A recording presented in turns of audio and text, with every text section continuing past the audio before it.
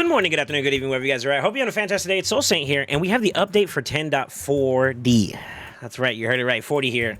Update 10.40 is going live soon, and we prepared our traditional highlights to give you an early glimpse as to what's to come. Although this update mainly focuses on quality of life improvements, a major event is coming up a little later.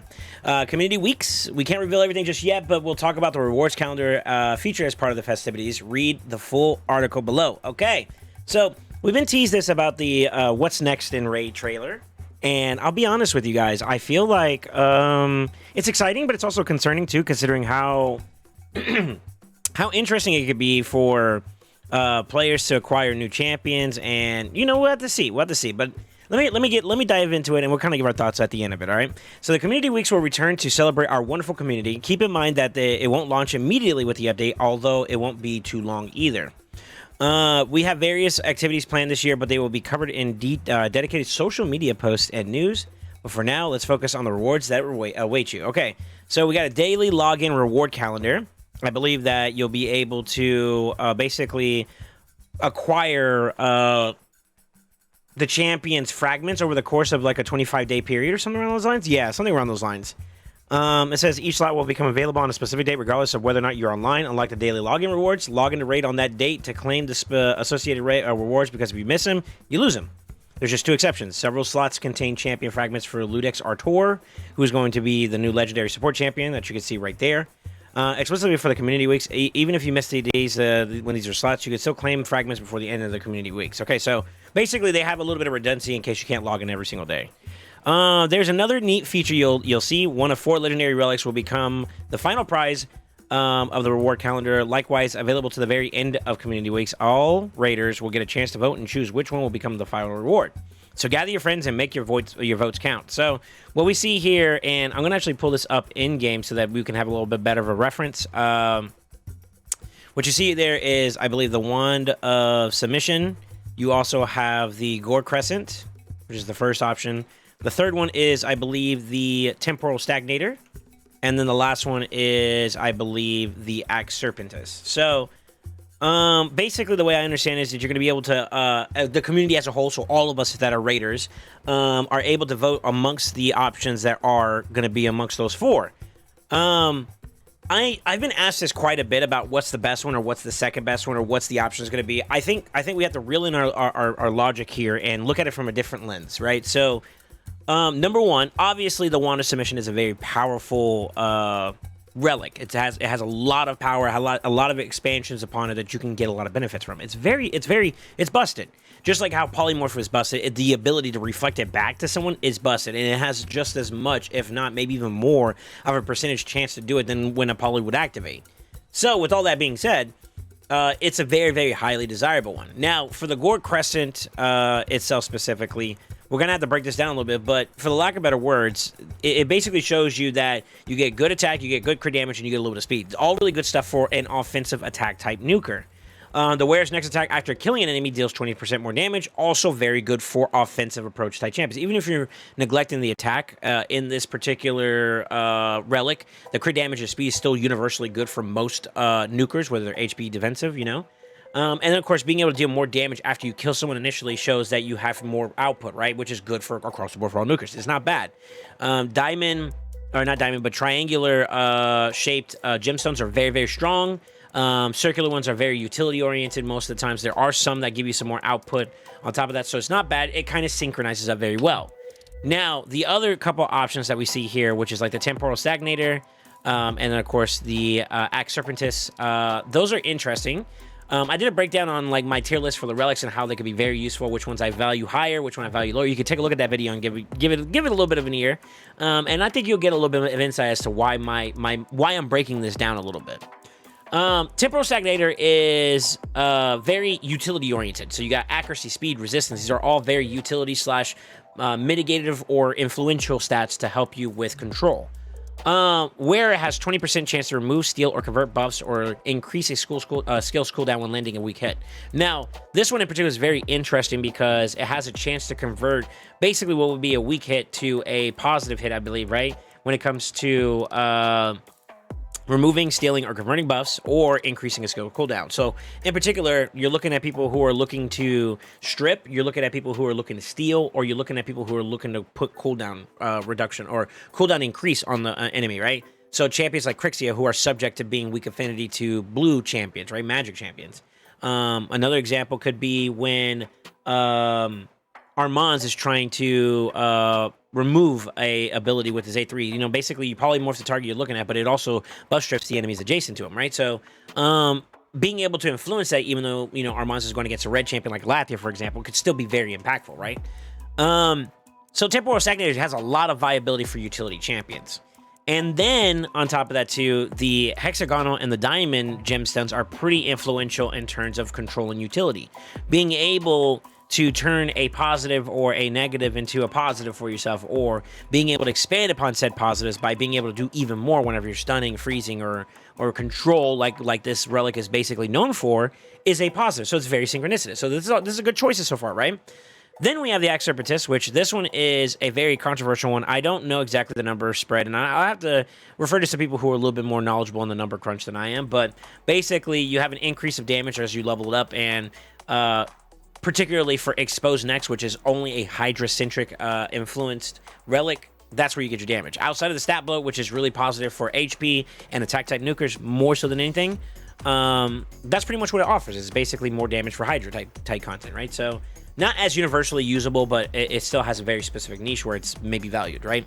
And then, of course, square gemstones, I feel like, are more defensive in their nature, as well as the triangular being more offensive in their nature. So this was a little bit of a weird conundrum where, like, you have a little bit of, like, utility support-ish style approach to gemstones, whereas, like, the purpose of this relic kind of seems to be, like, you're trying to influence your damage output. So kind of a little weird. This one's a little bit of wonky one, in my opinion. I would love to see this one get a little bit of a tough shot to make it more comparable, if not maybe more potent than some comparable alternatives for epic damage output type, centric type relics, you know?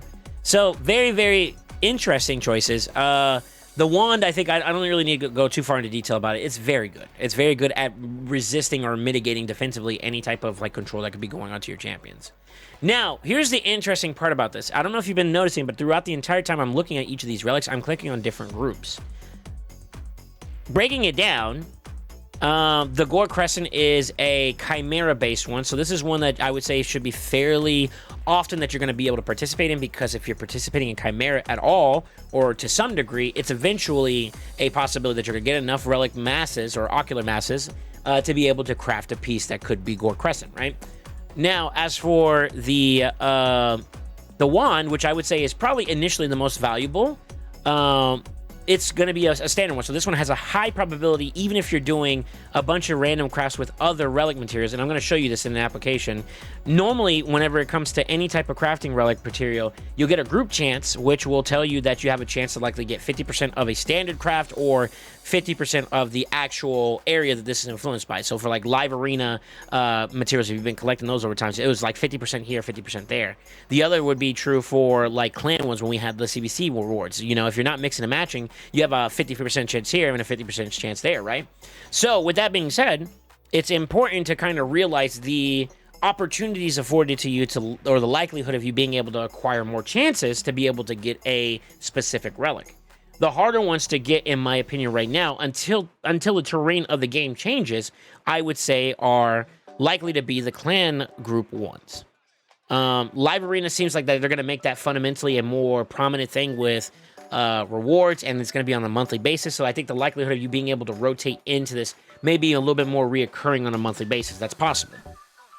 We had a CBC, I think it was like their 100th CBC or whatever, that they did a event for during the last week or two. Like, not this last one, but the one before last. They had a CBC event that was very tailored towards, like, clan group relic materials that we ended up crafting for. If that becomes a reality where every PR CBC now has that as a standard reward, then this would also be a bi-weekly... No, not a bi-weekly. It would be a monthly thing, because every month you get one non-PR, one PR, typically, right? So you'd be basically in a similar approach where, like, it's basically a month endeavor to get into these two groupings. Whereas on a weekly basis, the amount of materials you're able to acquire for the Chimera are pretty static. You're going to get enough to maybe do a couple crafts every single week. And in eventuality, you'll be able to save enough up, depending on how you prioritize yourself in Chimera, to be able to get even more for specific rarities, right? Like some people try to prioritize more mythical base, which I don't blame them. Same thing for maybe legendaries if you're trying to get more opportunities there. Standard, though, is going to be always interlaced with basically a variety of all the different groups that you have. So, while I view the Wand of Submission to be very, very valuable here, the other ones are not as easy to acquire. Now, with that being said, I think that an easy knock, if you want my honest opinion about the two that I would choose in this voting particularly, I think the Gore Crescent's out. I think that there's a lot of other relics that just provide a little bit more value at a static level where you don't have to worry about being the condition of killing someone in the game to be able to do it. Whereas, like, you could just have that static damage output, like the Cat's Gaze, for example, where you get a lot of, like, extra value out of that damage output just because you have the relic, period. I think the next one on the chopping block would be Axe Serpentis. Now, I'm going to include my bias and my unbiased opinion about this. My biased opinion is I already got one. I was one of the unlucky few that my mythical craft was that Axe Serpentis, unfortunately. And there's conversation about the relic being more valuable or not. And I still got to get more in depth with this one to kind of understand it. But compared to like maybe a Coronet and all that, does it really stack up? And that's kind of the question that I have to find an answer for. But in the interim, no matter what, it's always going to be just a Hydra-specific one. So, to me, does that hold value when I want something that's more centric towards universally being better capable? And that's where the Stagnator versus the Wand of Submission comes into play. The Wand is obviously going to be a W. If you've been getting multiple Wands, then obviously you're probably not going to be as excited about getting more Wands unless you need more, right? I'm the proponent I do need more. I only have one Wand on my account, so obviously it's a W if the majority votes that way. But I would not be against getting the Temporal Stagnator. And my champion pool allows for it to be a viable option for me. I have some of the champions that I mentioned as an example that would be valuable. Having this access to this relic, I think the stats are phenomenal. I think that the overall value that this relic could bring could be very, very dangerous in the right hands. And I wouldn't mind it. So I'll be honest with you, I'm actually kind of leaning to the Temporal Stagnator. But at the same time, too, I would not fault the majority of players to be willing to go for the Wand of Submission. So if you want my opinion, it's going to be between those two that I would recommend that players get involved in. I think you'd probably base it off of the taste of what your account has already. And if you have an overabundance of one, then maybe you could lean to the other. But I think the other two outside of that seem to lean outside of the value. Now, mind you, I am going with a little bit of limited information on the Axe Serpentis that I would like to divulge myself more into. But with that being said, I think my logic still holds up that since it's conditional to Hydra, that it places a little bit lower to me. Same thing with Gore Crescent being, you know, a decent stat blow check relic, but nothing crazy outside of that, you know. Anyways, I kind of wanted to break that down because that's something that we've been talking a lot about during my live streams, which you guys can catch Tuesdays through Fridays. I'm normally live at 1 p.m. Eastern time frame. If you want to catch the vibe and see what we got going on there, you're more than welcome to join. But with that being said, let's jump into the rest of this. Gear Ascension. Finally, we've been asking a little bit about, you know, getting more Sand Devil and Phantom Shogun centric events so that we can have opportunities to be able to farm rewards and have good participation to it. Hopefully they deploy this in an amicable and a tasteful way.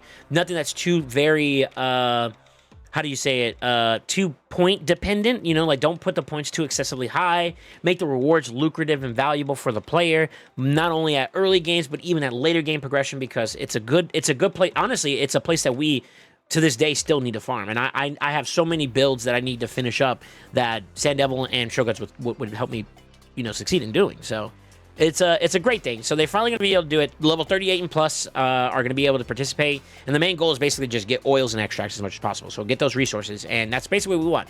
Hopefully, you know, they'll make it so that the rewards are really, really good on top of that. And they said that getting greater and superiors and all that is going to be basically more point values, as it should. That's perfectly fine. Finally, it's here. You know what I mean? We're looking forward to it. So, Token Trader Champion Rotation. This one I'm going to have a little bit of a negative because I took a little preview at this one, and I kind of feel, but we'll see. And I'm going to give some different positions on this, and you guys can kind of lean wherever you want. So on April 4th, Nobel and Lenakis are going to be removed from the Token Trader, and they're going to be replaced with the following champions. Now, pause. The fact that they're even telling us in advance what the champions are, I think, is a great communication output from Plarium. So I give you guys criticism about whether or not you guys communicate, preemptively and not reactively, or you could communicate just a little bit more. This is a step in the right direction. I salute you guys for giving us a heads up about this so we can make our decisions for our account's benefits at a much more timelier manner, and we're not caught blindsided. So this is great. With that being said, we're getting Cillian the Lucky, a legendary champion who can be sacrificed to empower Ronda if you find no use for him. The fact that you're giving us a champion that literally is only known to be sacrificed to Ronda is just not it. I don't like that. I wish you give us something a little bit more, give me the value I'm looking for, right? Now, mind you, I'm also being a little bit needy or greedy with my stance on this one, so I'll take that player. Maybe, it's rotations. We'll get it eventually, right? Be patient. Ginzin, another legendary champion who boosts his own turn meter, has a skill that ignores unkillable and shield buffs and can apply a 60% decreased defense debuff. He actually is in one of the comps that's really known, and this is where his niche is at. He's in a comp that's really good for speed farming Fire Knight Hard 10. It's a very demanding team, though, and having duplicates of him to empower himself would be really, really good, or faction guardian oriented to make his stats a little bit more good across the board for all Shadowkins. That'd be great, too. But that's it. That's all we got from that. And I feel like that could be my feedback, and this is where I'm going to kind of go at for this part of this, is that I think that the rotation is good. Like, rotating champions out is good. Only 2 slots, though, I feel like is a little bit rough. Maybe cut 2 out here, like Manaya Molly, if you guys are not interested, or maybe even Foley Manaya. Like, give us 2 more positions that are rotating, maybe on a much more timelier manner, because we have to wait almost a half a year to see a champion that we don't care to grab. Feels bad, I don't think Nobel is bad because you get that value for faction guardians or ninja empowerment, but Lanakis has her niche areas where she's very valuable. But like, rotate it so that people that care about maybe spending their tokens can have a little more access and a little bit more activity in that particular area that we don't see much of. And honestly, I guess a side caveat we have to realize is that token trading is something that's a luxury for people who have crazy amounts of duplicates to work with. So valid perspective, and I think that it's cool that they gave us information heads up a lot sooner than later. But I would like to see maybe a faster rotation, more options rotating, and then of course maybe the options being a little bit more enticing, not just champions that are known for being empowerment.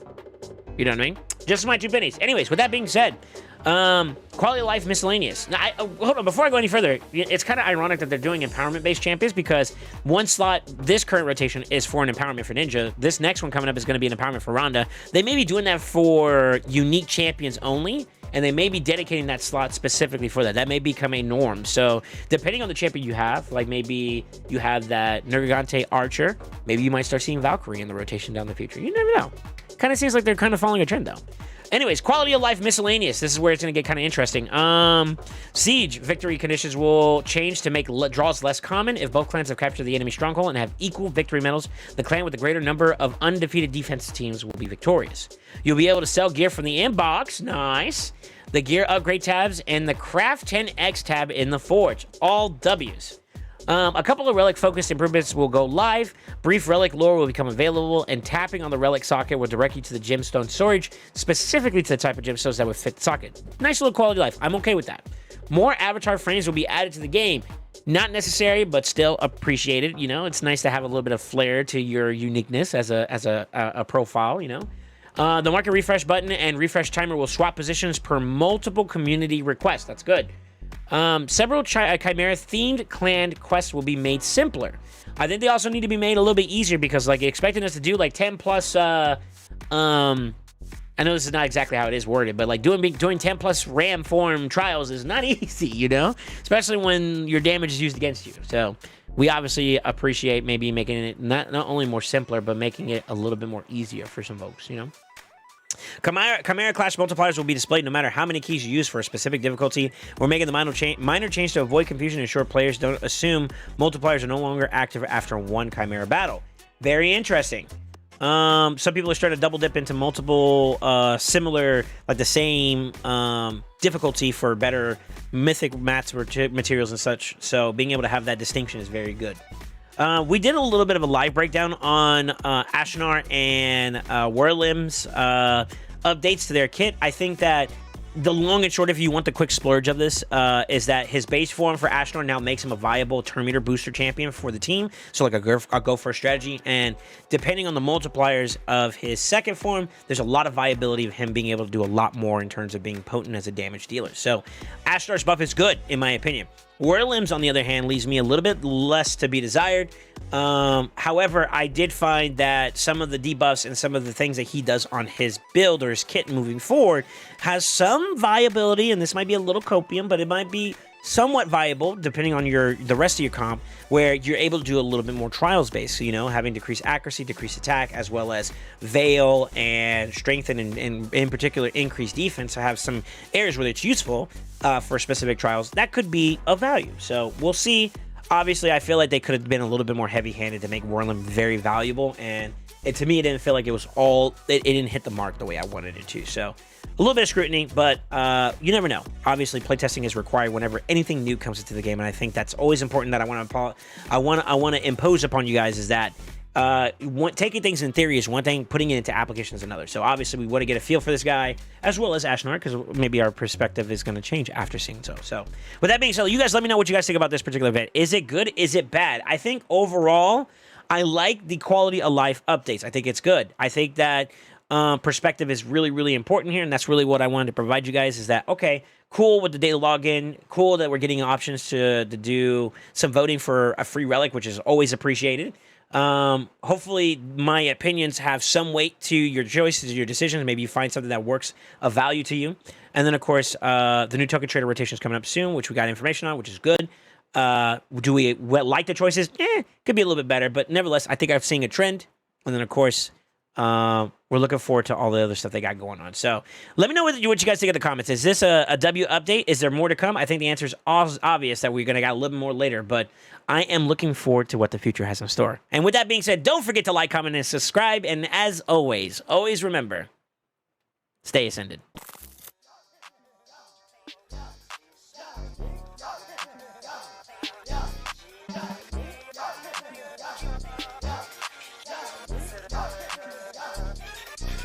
Got the